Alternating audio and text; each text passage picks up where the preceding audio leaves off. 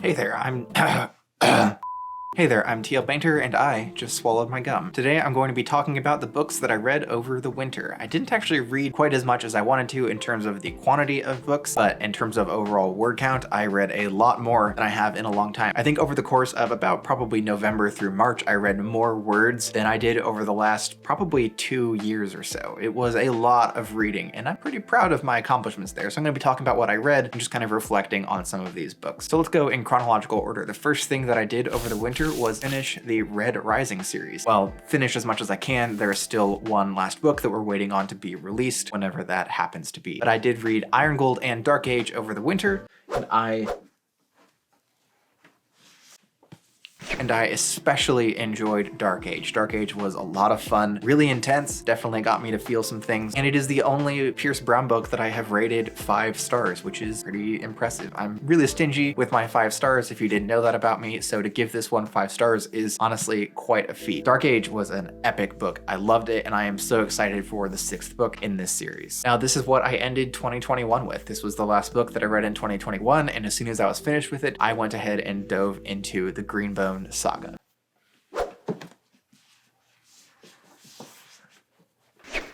Now with the Green Bone Saga, my only real expectation was that it was going to be a well-written story. Because even the people that I've seen who, I don't want to say disparaged, but just really didn't like the books, have said that it was still well-written, it just wasn't for them. So I really came into this trilogy wanting to know if this was going to be a series that I really enjoyed, or if it was going to be a series that I was kind of or even just did not enjoy at all. So I knew that I was in for something that was well-written, but didn't really know how I was going to feel about it overall. Now I did wind up being in the camp that was kind of about the series. I didn't really enjoy Jade City or Jade War all that much. I gave them both 3 stars, although Jade War was a little bit better, but I did definitely believe that the books were very well written. Then I got to Jade Legacy, and this book was amazing. This is probably one of the best endings to a series that I have read in a very long time. Really enjoyed it. Definitely had me crying in a few parts, not just because of the kind of things that normally would make you cry, but just the character moments in this and the sheer anguish that some of the characters experience and what they are put through over the course of this book was just so well done. Her characters are incredible, and I definitely found myself after I closed the book missing some of these characters and wanting to continue to connect with them, even though I was simultaneously glad that the series was over and I could move on to something that was a little more my style. So the Green Bone Saga was kind of a mixed bag for me. I loved this one. I actually gave Jade Legacy 5 stars, but the other 2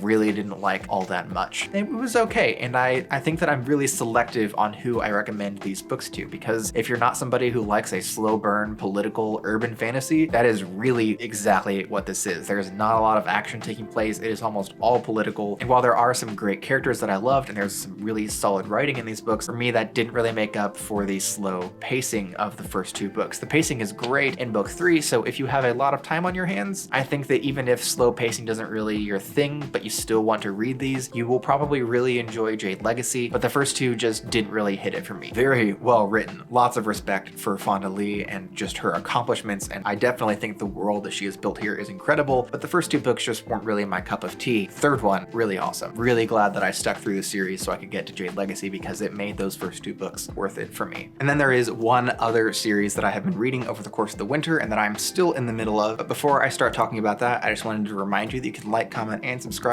all at no cost to you. The best things in life are free, particularly me. I'm very easy. That's not what I meant. Thank you very much for your support in whatever form that it comes in, and let's get on to the rest of the video. And the last thing that I have been reading, and what I am still reading as we go into spring, thank goodness, winter is technically over. As we go into spring, I have been reading The Faithful and the Fallen by John Gwynne. As you can see, I am almost done with Malice at the time of this filming. I'm pretty sure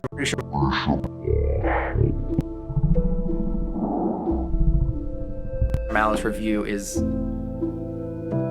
my bookmark.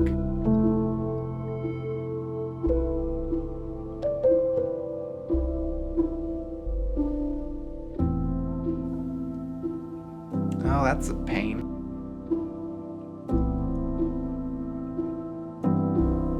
Pretty sure I was on pain.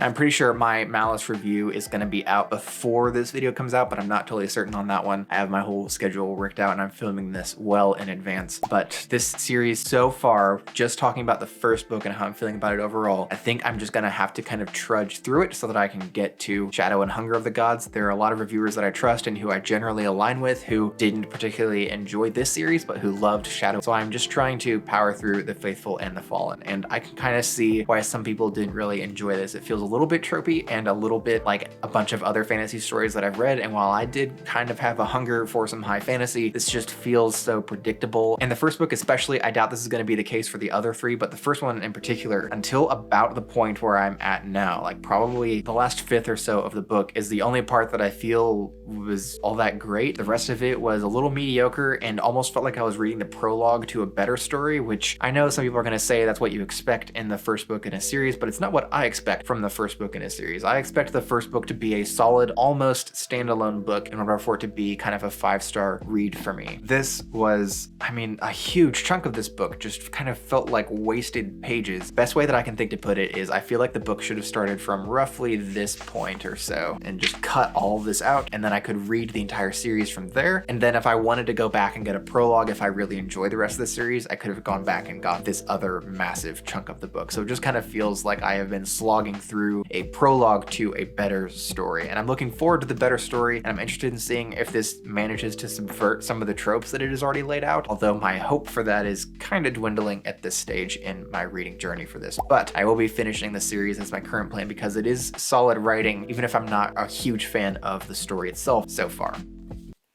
And that's what I've been reading over the course of the winter. I should be done with Malice, and my review should either already be out or be on the verge of being released here in a week or so. Not entirely certain where this video is gonna land in terms of when it's posted. I don't post my videos in the order that I film them. I feel like I just broke YouTube law or something. So I should be done with that by now, and I'll have my final official thoughts out. And in fact, if you'd like to, you can go